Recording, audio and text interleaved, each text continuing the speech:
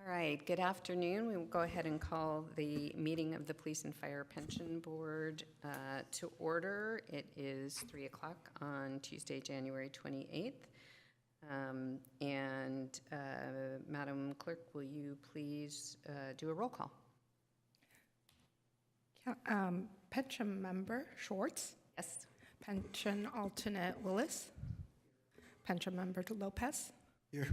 Pension alternate Barry. Here. And I am here. So we're all here. Excellent. For the land acknowledgement, is there anyone who would like to read it? Or I can read it. Mayor Lopez. I can read it.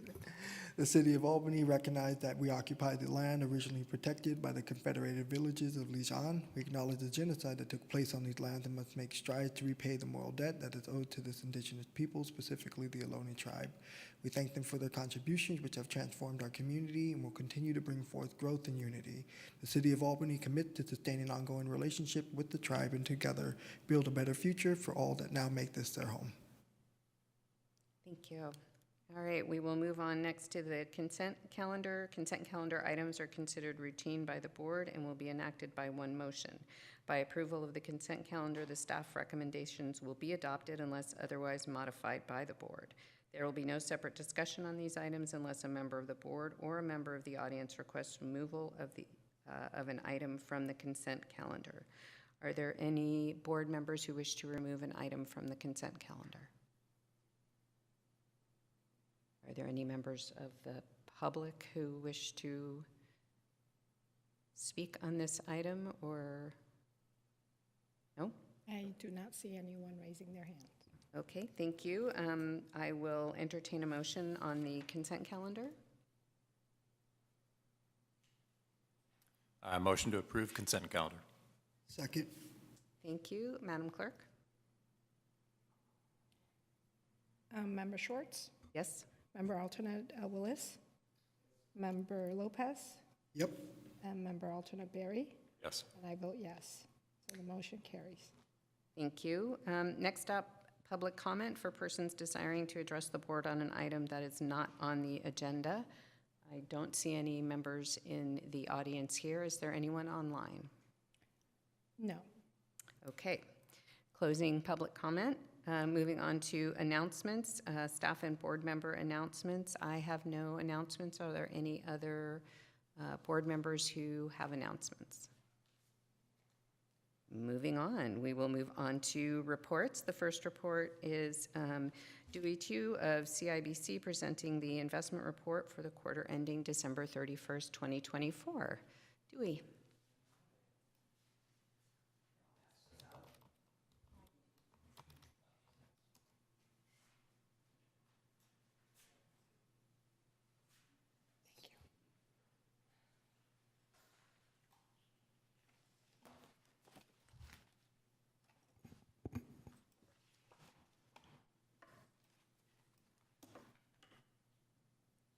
Give me a minute.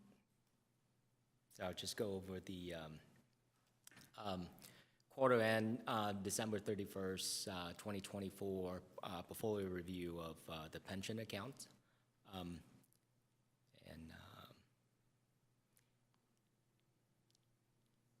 Circling, sorry. Where's?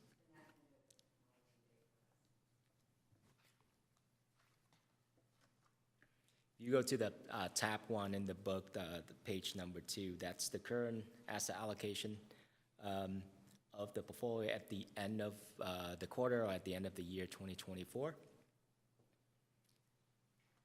So the pension account at the end of the year carry $126,000 in cash and money market funds, about $938,000 in bonds, bond funds. So combined bonds and cash, it's about 48%. Equity stock fund, it's about 52%, $1.15 million. Just to remind the board, the target for the portfolio has been a balance between bonds and stocks. So the target, it's right around 50-50 toward the end of the year. Actually, for the year 2024, stock continue to outperform, so there's a slight overweight on stock fund, but we maintain that overweight. This quarter, we receive $200,000 from cash from the bank account, so we didn't have to rebalance the portfolio for the equity side. And I'd like to, over the next month or so, I'd like to invest that cash into more of an equity and rebalance the portfolio that way. If you go to the next page, this is the change in market value for the quarter. We started the quarter with 2.258 million. Nothing was withdrawn or added for that the past quarter. The income received in the portfolio, so this is interest and dividend received, 67,866. For gains and loss this past quarter, bond funds and stock fund went down slightly, so $106,000 went down. Total return is the combined income received and price change in the portfolio. So ending value of the account at the end of the quarter was $2.218 million.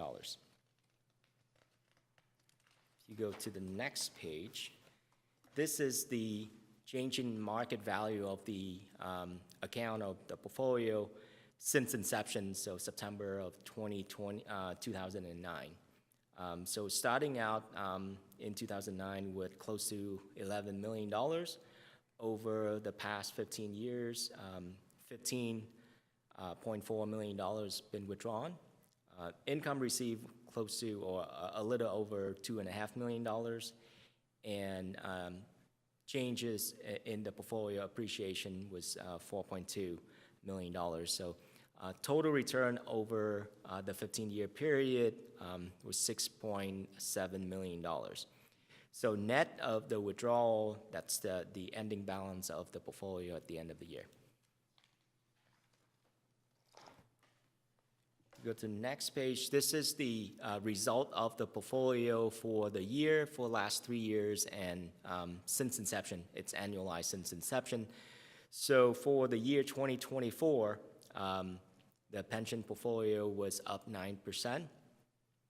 For last year, for the last 3 years, average was 3.59%, and annualized since inception. So since 2009, on average, every year, the portfolio returned 7.1%. If you notice that the 3 years number, this is comparing against the value at the end of 2021.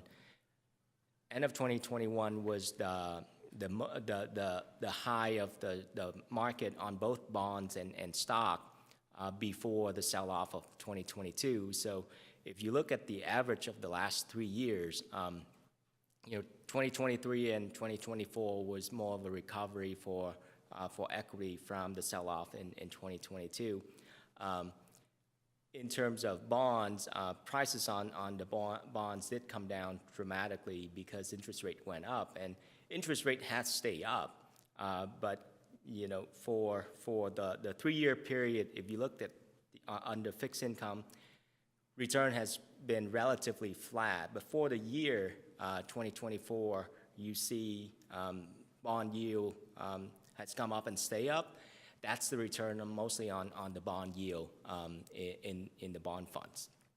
So average out, actually in equity, we saw last year was a strong year for equity as well, up 15%.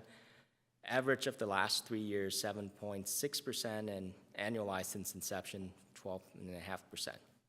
So average the 50-50 portfolio, we get the total return of the portfolio for the year and since inception. For the purpose of the pension, we continue to believe the balanced approach of income and growth is appropriate for the retirees and the distribution that will be happening.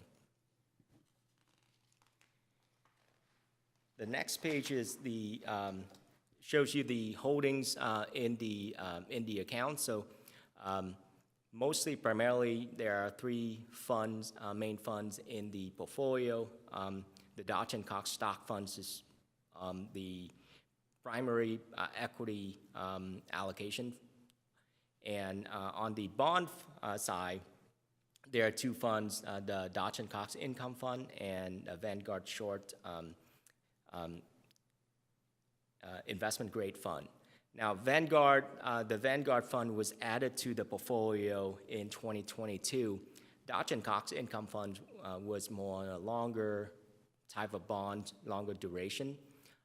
In 2022, when interest rates started to go up quickly, we wanted to balance out the bond allocation and bring down the duration of the bonds in the portfolio so that it wouldn't affect the value of the bond as much. So we added more short-term bond into the portfolio, and that's the reason there's Vanguard short-term bond funds in there. The rest of the cash was sitting in money market funds and cash.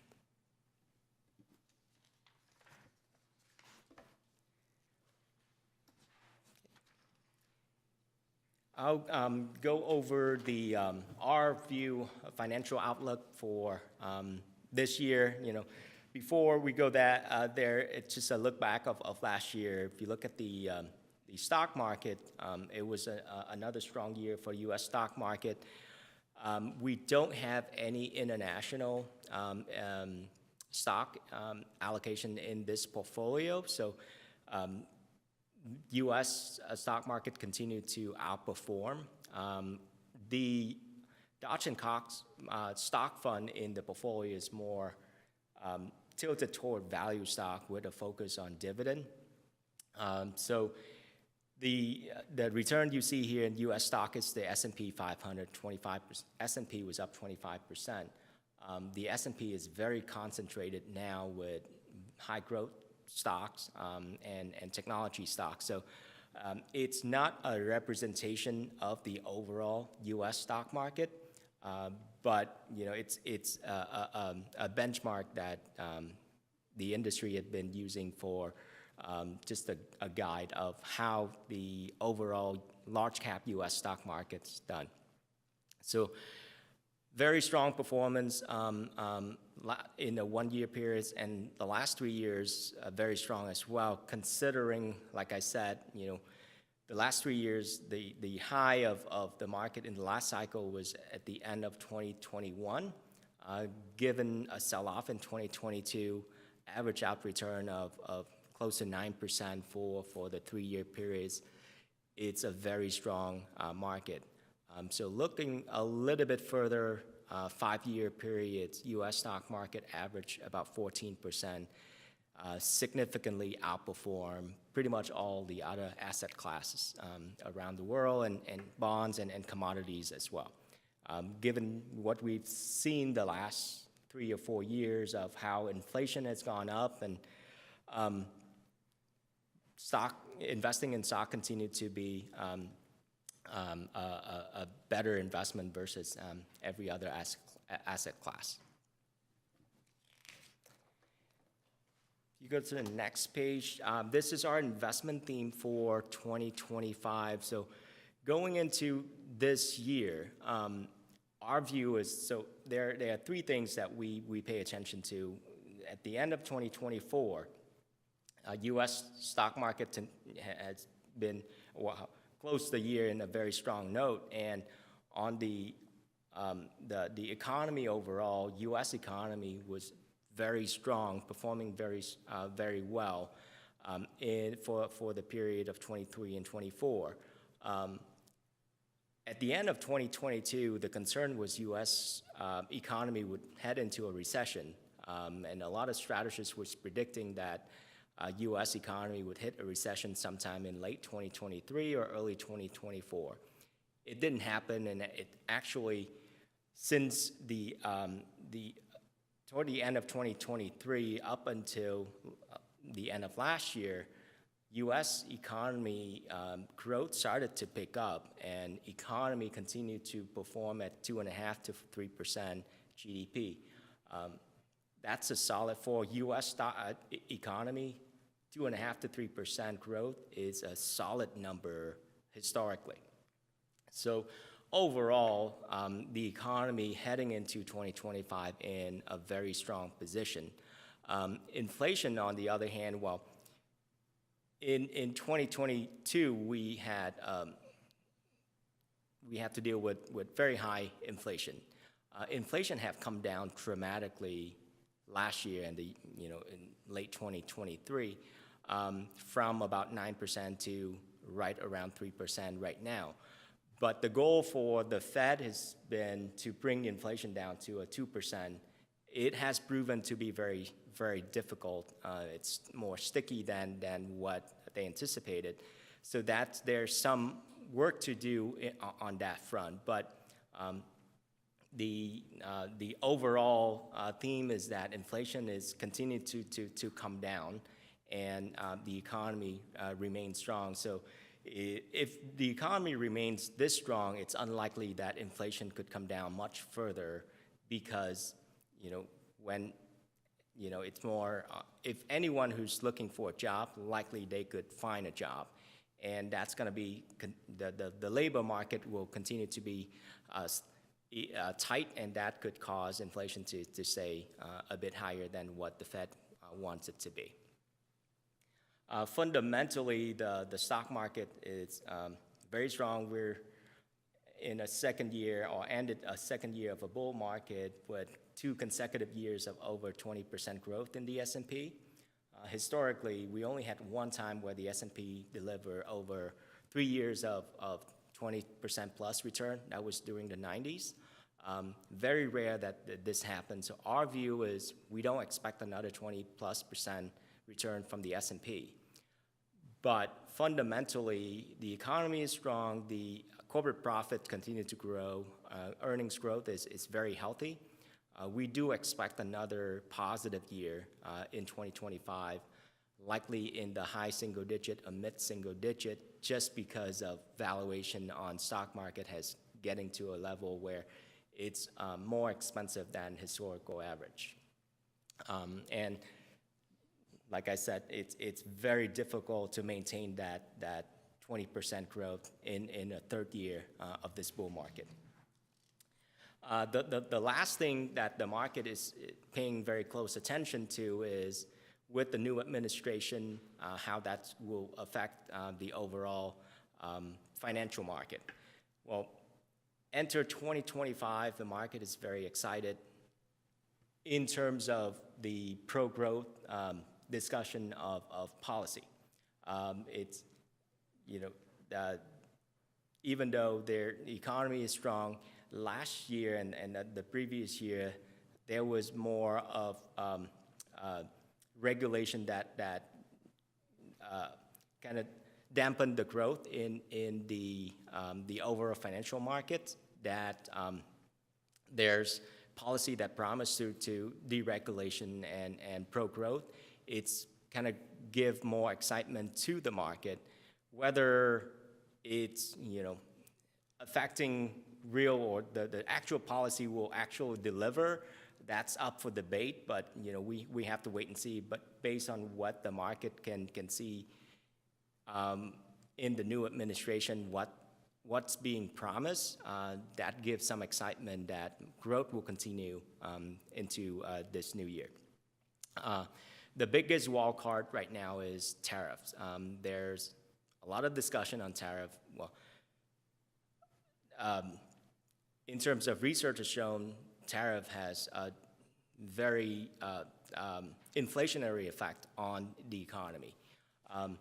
Our view is there are two things that could happen if tariff being implemented across the board. If it's measure tariff for certain country to get them to negotiate, it's the one thing. So it could be inflationary for short term. That's the best case scenario, that you apply tariff and other country are not in a position to retaliate. but they are willing to sit down and negotiate a bilateral trade deal that works out better for the U.S.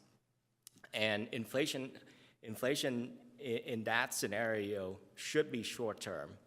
Once the negotiation is done and tariff is being reduced or removed, we should be back on track.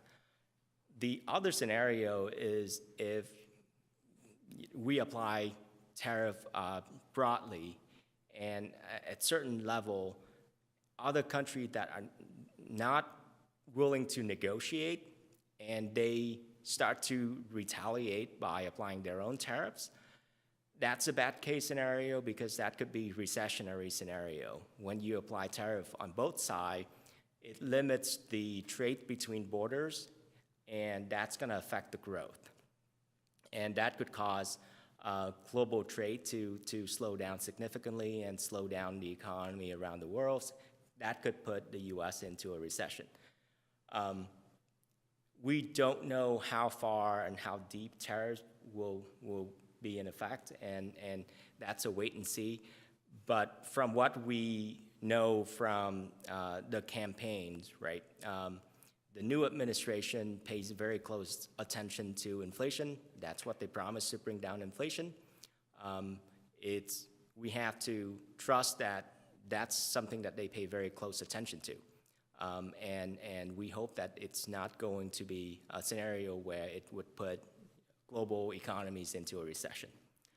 That's the kind of the key things that we are focusing on in this coming months, what the policy will be from the White House.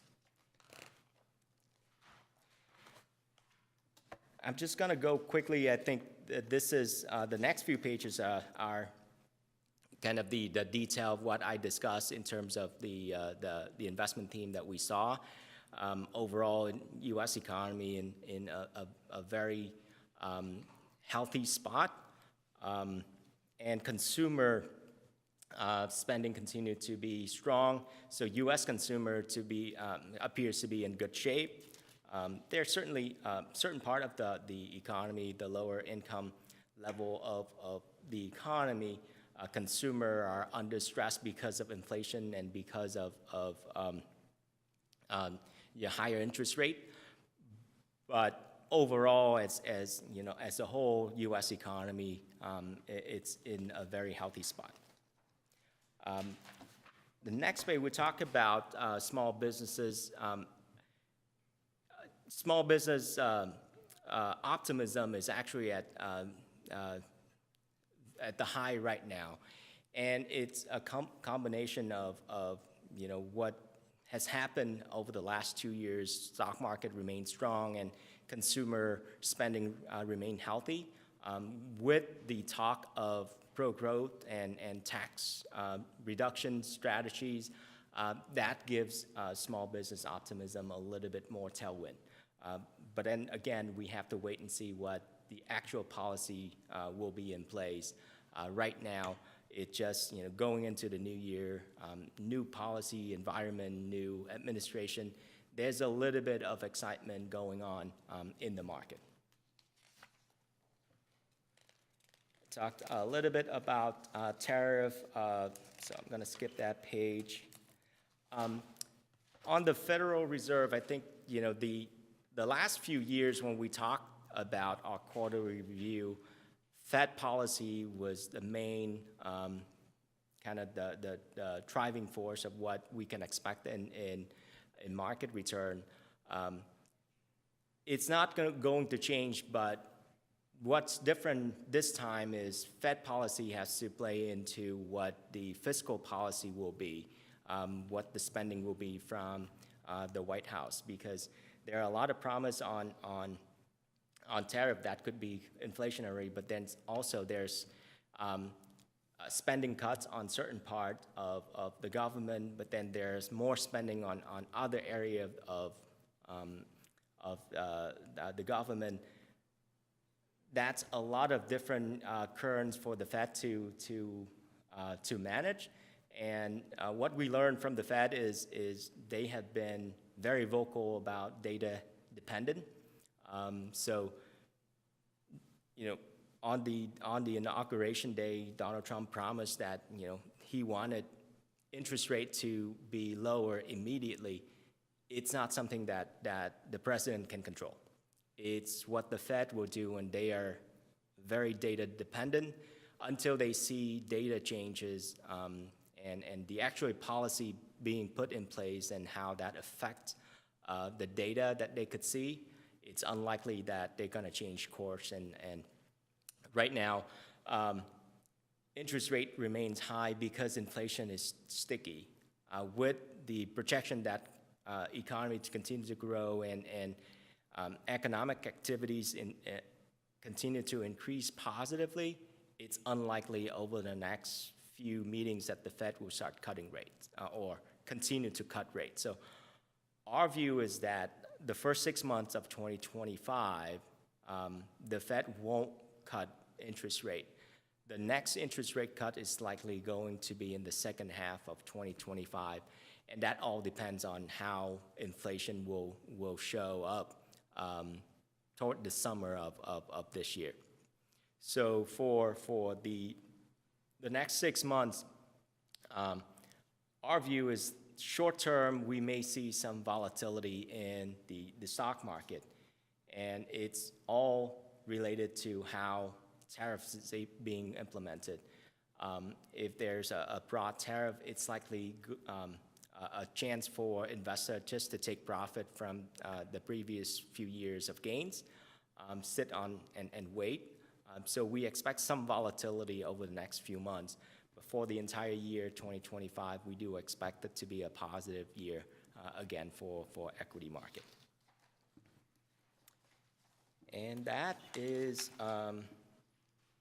there are more pages in talk about the equity market and bond market, but it's the main focus is, was what I discussed earlier. So any questions, concern that I can address?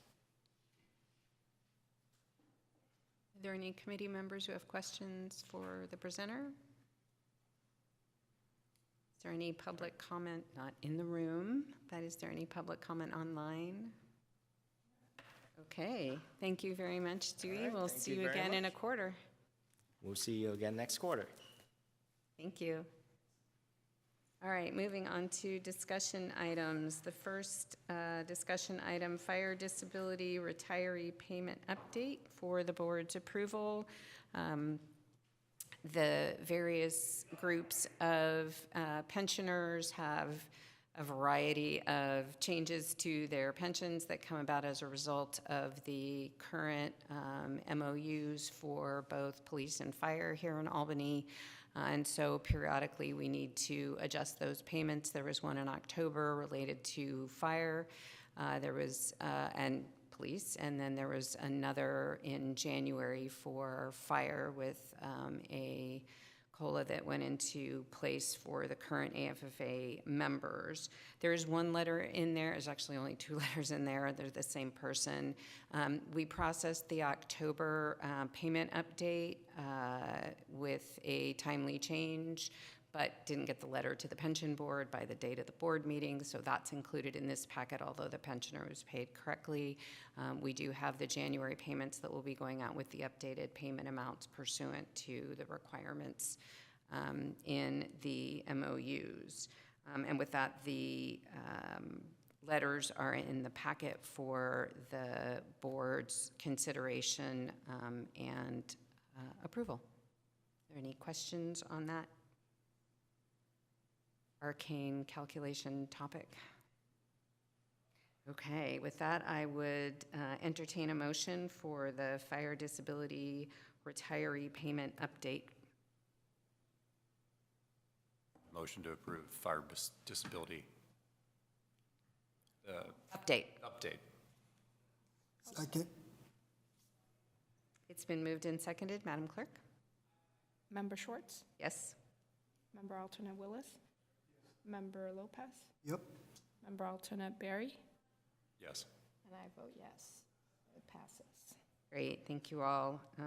Pension checks will be going out shortly for January. The next and last agendized item is organization of officers. It's the first meeting of the year, so it is the historical plan to elect a chairperson and a secretary for the pension board so that we have folks who we know are going to run the meetings. And any member is available to be either chair or secretary. The clerk did mention to me that there was a somewhat of a historical precedent regarding the role of the treasurer, which is me, to play in it. And so with that, I would open it up to any questions or nominations. So I just wanted to mention, it's per the city charter, that instead of, I know most advisory body is a chair and a vice chair, but per the charter, the pension board, the organization of officer, they shall organize as such board annually at the first meeting after a general election on the equivalent date, and so on, by choosing one of their number as chairperson. The board shall appoint a person to serve as secretary, administrative assistant to the pension board. That's why it's chairperson and secretary. Thank you. So we'll start with chairperson first. Yes, please. Any nomination? You can nominate yourself. I'm looking at the city treasurer or the mayor, if either one of you wants to be. I think if the mayor will be here every time, you certainly do that. I think previously why it's always kind of historically been the treasurer could be because sometimes for the mayor is the appointee, sometimes it's the alternate that attends. So it, varies. Yeah, no, I'm certainly agreeable to serve as the chairperson. It fits within my schedule to be here, and I think it's not that heavy of a lift of responsibilities. Great. I will nominate Mayor Lopez as chair of the pension board for 2025. I'll second it. Okay. Sorry, I'm just making my notes. Okay, let's vote on it first. Member Schwartz? Yes. Member alternate Willis? Member Lopez? Yep. Member alternate Barry? Yes. And I vote yes.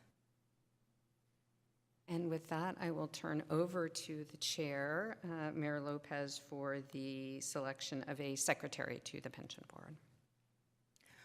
So unless anyone has, and I'm going to quote the mayor as he said at the regional body appointment, unless someone has a dying yearning to be the secretary, I'll nominate myself, just because I'm always here and I'm taking notes, and unless someone want to take over. Second. City clerk, can you take roll or take vote? Member Schwartz? Yes. Member alternate Willis? Yes. Member alternate Barry? Yes. And I vote yes, and Chair Lopez. Yes. So that passes.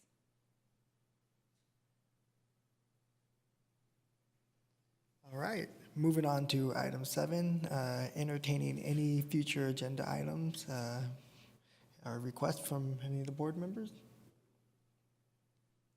Crickets, I like that. Are there any public comments, city clerk or secretary? No. All right, closing item 7. Moving on to item 8, announcement of next meeting, Tuesday, April 22nd, 2025, 3 p.m. And moving on to item 9, adjournment. Thank you all for participating today. See you next quarter.